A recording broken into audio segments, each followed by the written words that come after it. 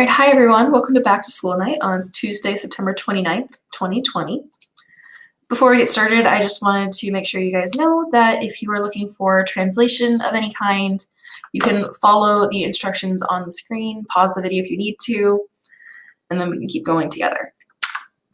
So welcome to Science 8, specifically Team Science 8. My name is Kat Gamboa, and I will be your child's science teacher this year. A couple things about me. I'm a graduate of Fairfax County. I went to McLean High School when I was a high school student. I lived in 4 different states because my dad was in the military. I have a pet parrot. His name's Gizmo. Your kids have probably seen him. He's lots of fun. This is my second year teaching and my second year at Glasgow, but my first year on the team. I'm really excited to be here.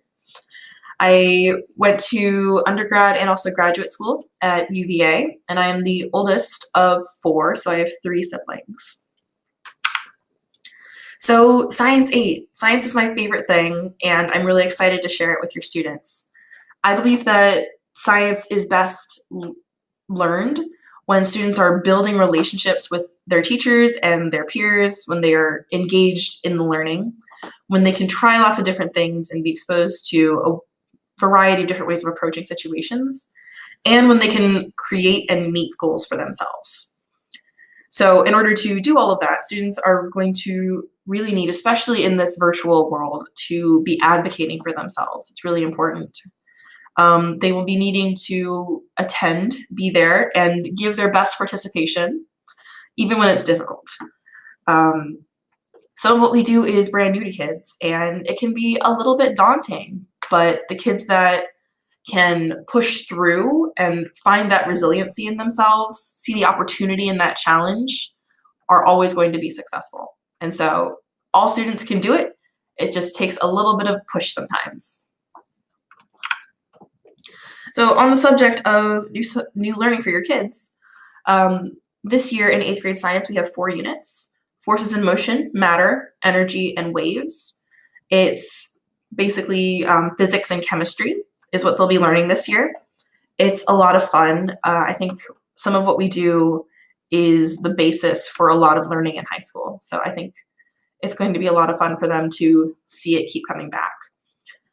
We will also be doing a review of 6th and 7th grade science, as at the end of the year they will be taking their 8th grade science SOL, which tests them on the knowledge of 6th grade, 7th grade, and 8th grade science. So we'll be doing some work over the course of the year to kind of keep that all fresh in their memory. That way they can feel prepared and ready to take that on rather than nervous and uncomfortable. A note about grading, we have the formative and summative assessments, checks for learning, and the check for mastery, essentially. I'll also be leaving feedback. I use Google Classroom a lot, and I try and leave comments on students' work before I return it to them. So if I return work to them, have them check it for comments, because I do try and leave it on there for them. We'll also be doing asynchronous/homework. That's another grade category. I post the asynchronous work on Mondays, and then sometimes if what we're doing in class is super important, I might put a grade on it and then throw that into that grade category too. So to support your students in all of that work, I have my availability posted on Blackboard. So for you guys to see and for students if they're more comfortable with Blackboard. So my office hours are there, which are Mondays 10 to 10:45 and Wednesdays 2:30 to 3:30. The syllabus is there. My contact info, all the emails and stuff are in there. I also post the grid there. I try and post the grid sometime on Sunday, but the very latest it will ever be up will be Monday at 7 a.m. But I try and post it on Sundays or sooner. That is all also on Google Classroom, which your kids have become experts at using. They're getting so good at it. It's awesome. The grid is also there, like I said, and my emails are on screen. If you or your student ever need me or have questions, please let me know. Reach out to me at either email. I check both of them multiple times a day. So I am easily accessible through those 2 emails. Science can be difficult, and so some of the best things that you can do to support your student are to ask them what they're learning in class, check in, make sure that they're completing their work.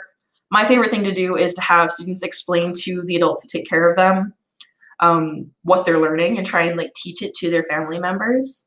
I think that students kind of get a kick out of feeling like the expert. When it comes to homework, you can ask them about the assignments they need to do, what they need to be successful at them, and helping them through the grid. We're trying to make the grid as student-friendly and efficient as possible, but I know that what's good for one student isn't always going to be good for all students, and so if you're ever having issues, please let me know, and I will happily clarify. These are some things that your students may need or find helpful in class, so pencils and pens, their agenda, loose leaf paper in a binder, and especially their computer. So I'm looking forward to a great year. I really hope that I get to meet your students in person at some point. And so if you have any questions or concerns or anything at all, please feel free to reach out. I love talking to my students and their families. So I'm looking forward to a great year with you.